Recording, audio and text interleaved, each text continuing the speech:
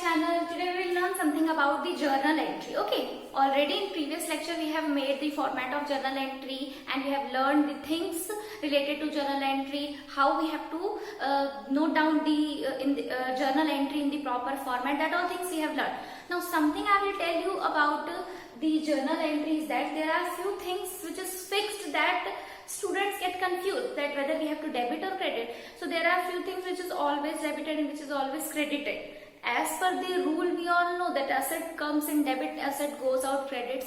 Whatever expenses and losses are there, that is always debited. Whatever income and gains are there, that is always credited. Okay.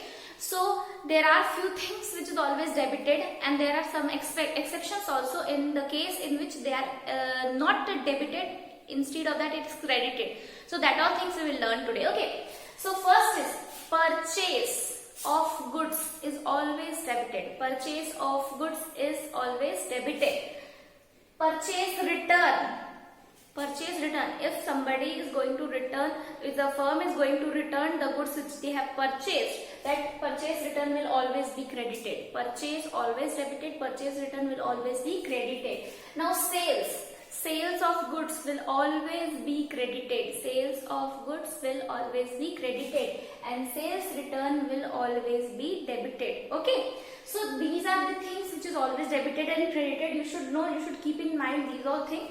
So the journal entry process will become easy for you. Now there are few exception cases in which the purchase is credited. Okay.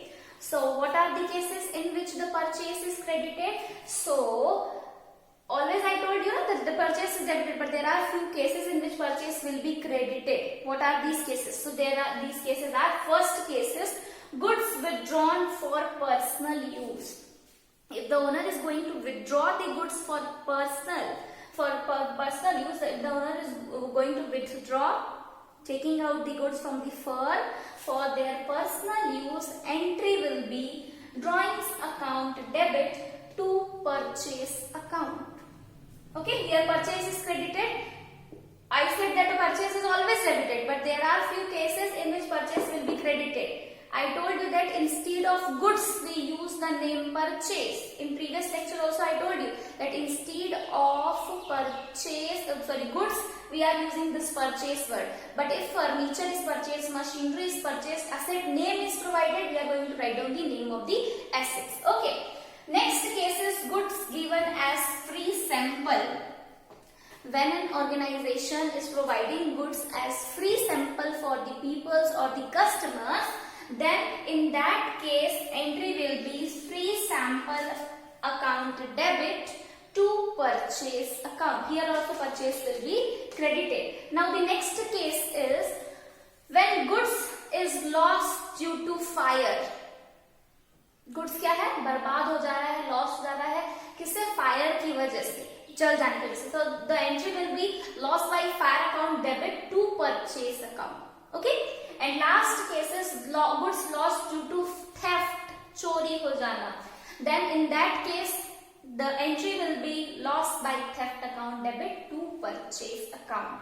So these are few cases in which purchase is credited, otherwise in rest of the cases purchase will be debited. Now there are few examples or few questions in which they were telling that bad debt, about bad debt. So what does bad debt means? Okay, so bad debt is also an expense, a loss to the firm. Bad debt means what? Whenever we have provided goods on credit to some other person, they have not returned the money, the full amount of that they have not returned yet. So that 1000, 2000 rupees we are going to lose. So that amount will be called as bad debt when it is not provided by the debtors to whom we have given goods on credit. They have not returned the amount yet now. So the amount which is not yet got, that amount is called as bad debt. Paisa डूब गया. And when in future it is going to be recovered, the entry will be bad debt recovered. But in case when we have to journalize that debtors have not provided or the amount has bad debt of rupees 2000 in given question, 2000 bad debt. So I told you that all expenses and losses are debited. So it will be debt account debit to debtor account. Okay, bad debt is applied on debtor because this is the person who has not given us the amount. So here the name of the debtor, whether it is Ram, Sham, Sita, Gita, to whomsoever the amount we have not yet recovered, we are going to write down like this: bad debt account debit to debtors account. Okay, and when this amount is going to be recovered, suppose here 2000, for this year it is a bad debt, but in next year if we are going to receive that particular amount, the amount will be क्या आ रहा है आपके पास? Cash. So cash account debit to bad debt recovered account. Okay, this amount we are going to write down. Sometimes it is told in the question that from this 2000 rupees, 70 paise in a rupee is recovered, or 80 paise in a rupee is recovered. So 2000 or 3000, whatever the amount will be there, their percentage we are going to take out, that 70%, 80%, what will be the amount, and that amount we are going to write down as cash account debit. The leftover amount will leave, and this will be called as that debt recovered amount. I hope that these all entries are clear to everyone. Now, there are few entries, okay, which we have not discussed in the last video, so that we are going to discuss now. Okay, one by one, or each and every entry we are going to make. Okay. Okay, in many of the questions, business is fresh commenced. Okay, just now started as business as they have started. But in few cases, suppose for this particular year, for 2018 or 2019, we have prepared all the entries, and at the end of the year there are few things left in the firm that we are going to mention in trading account, PL account and balance sheet. So opening entry we have to pass for such cases if the business has not yet freshly commenced. So in such cases, what we have to do is that we have to pass the opening entry. Suppose one complete year we have completed, and there are few assets and liabilities which are left, and that we have to show in the balance sheet.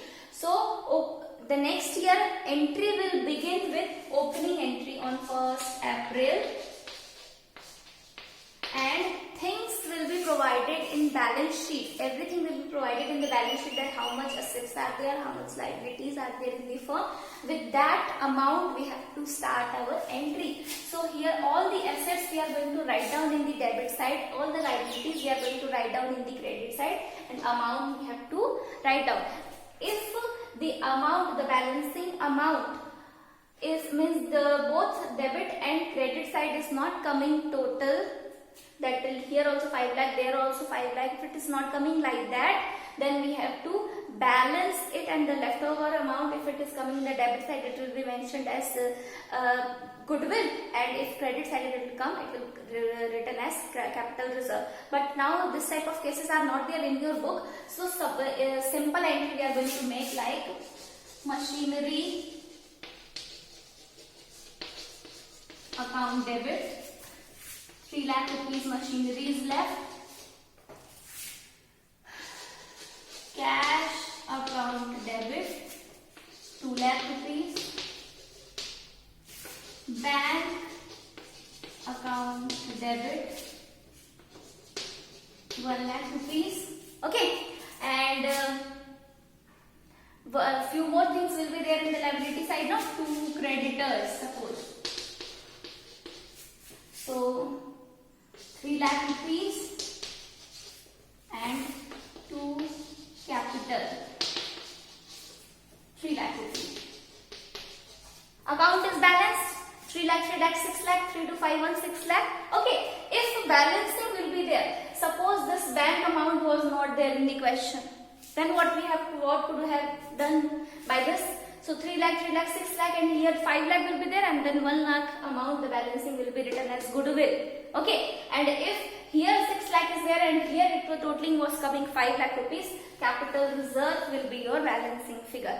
So this is the opening entry for some of the cases. If it is given in the question already that assets are there in the firm, then how we have to perform the journal entry, this will be the amount. Okay. Now there are few cases which we have left that we are going to do now one by one. Okay, so this was all about the opening entry. All of you just note down this.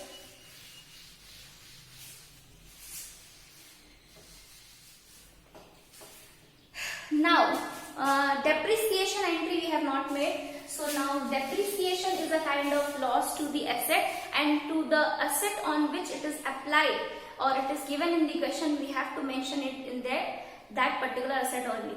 Suppose in question machinery depreciation is given, that depreciation on machinery 10% you have to calculate. So machinery value you will take out that, suppose rupees 7 lakh rupees is the cost of machinery. Okay, and told in the question that 10% depreciation we have to apply. So 7 lakh rupees into 10 upon 100, it will come, okay, 1, 2, 3, 4, 70,000 rupees it will come, 10%. So now we are going to write down as depreciation account debited to, on which asset it has been applied, machinery. So to machinery account. We are not going to write down the 7 lakh rupees, the amount which we have calculated, 10% that we are going to mention here, 70,000 rupees will be the depreciation. Now this was about the depreciation. If it is question, it is given salary we have to pay, rent we have to pay, insurance we have to pay. So these all are expenses for the firm. So all expenses and losses rule says that all expenses and losses are debited. So whether it is salary, rent, commission, paid, so it will be debited to cash account, whatever the amount will be. Okay. And drawings, if the owner is going to withdraw the amount from account of the firm, the entry will be drawings account debit to cash account.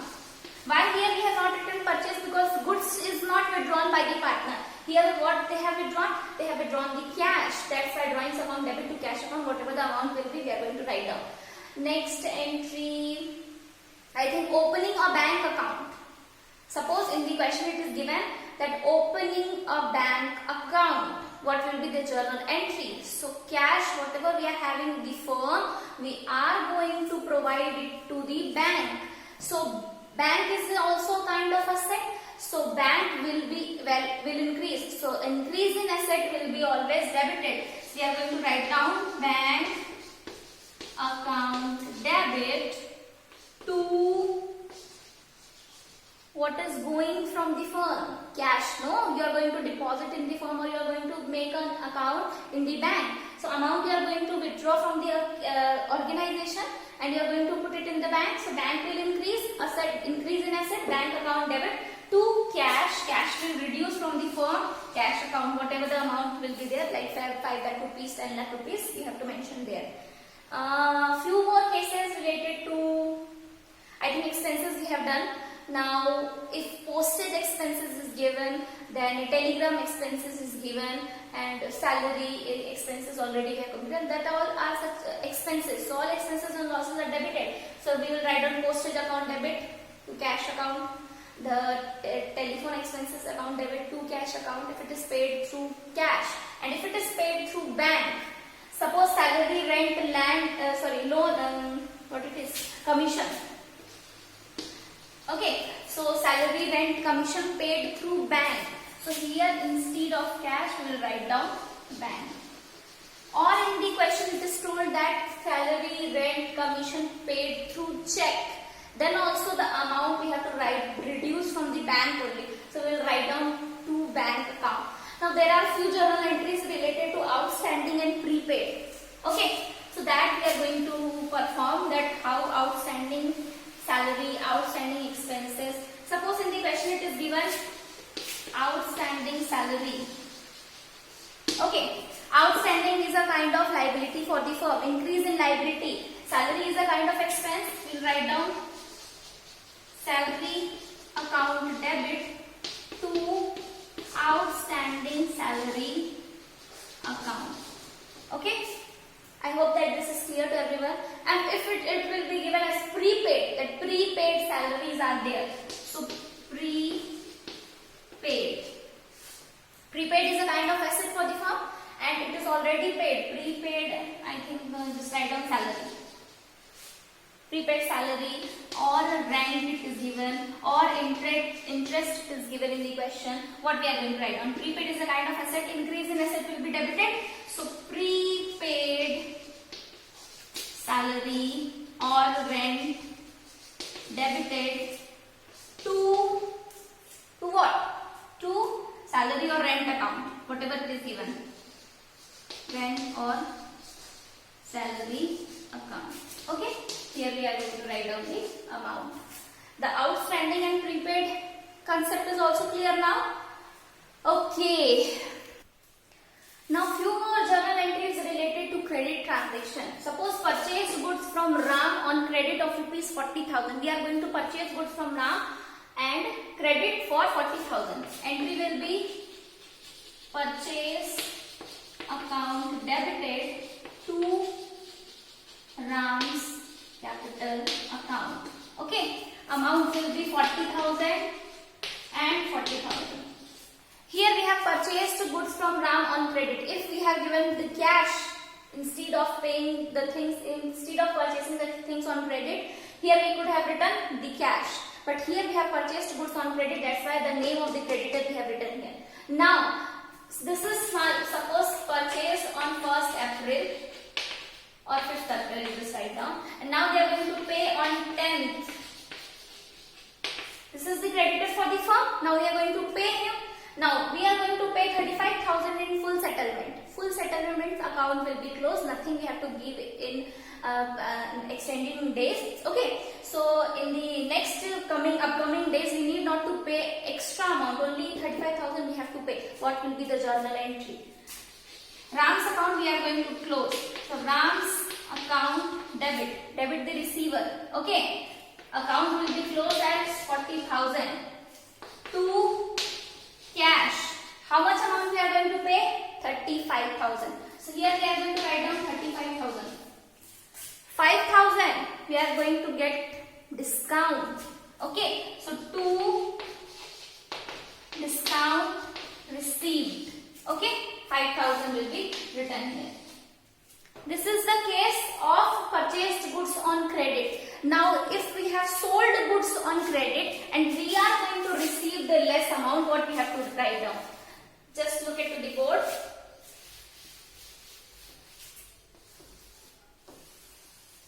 Now, if we have sold goods on credit, suppose sold goods to Rakhi rupees 50,000. We are going to sell the goods to Rakhi. बेचते हैं. What is coming to the firm? पैसा. But here we are going to sold the goods to Rakhi on credit. And if it is not written credit, cash is also not written. And the name of the person it is written, so it will be considered as the credit transaction. So what we are going to write down? Cash is not coming. A debtor is we are going to create by the name of Rakhi. So we are going to write down Rakhi's capital account debit to what? To sales account 50,000. Now received rupees 45,000 from Rakhi in full settlement. Okay, now what we are going to do, we are going to receive the amount of this sales from Rakhi in full settlement, only 45,000. Now here in this case we are suffering from loss because we sold goods of rupees 50,000 and 5,000 that particular person is going to give us less. So what will be the journal entry? Now we are going to receive. Suppose that this transaction was on 1st April. This is on 8th April. We are going to receive the amount 45,000. Cash is coming. Cash account debit. What will be the amount? 45,000. 45,000 we are going to receive. Now 5,000 discount is there. We are allowing discount. So discount. If firm provides discounts to other, it is a kind of loss to the firm. We are going to write down all expenses and losses that are debited. So cash account debit, discount account debit to Rakhi capital account. Rakhi account will be closed with 50,000. Here we are going to write down the 50,000 amount. Okay. And discount account will be of 5,000. And don't forget to write down the narration in each and every transaction. Okay. So this is all about the journal entry. Now in next video you will learn how to apply the GST on journal entry. Okay. Thank you.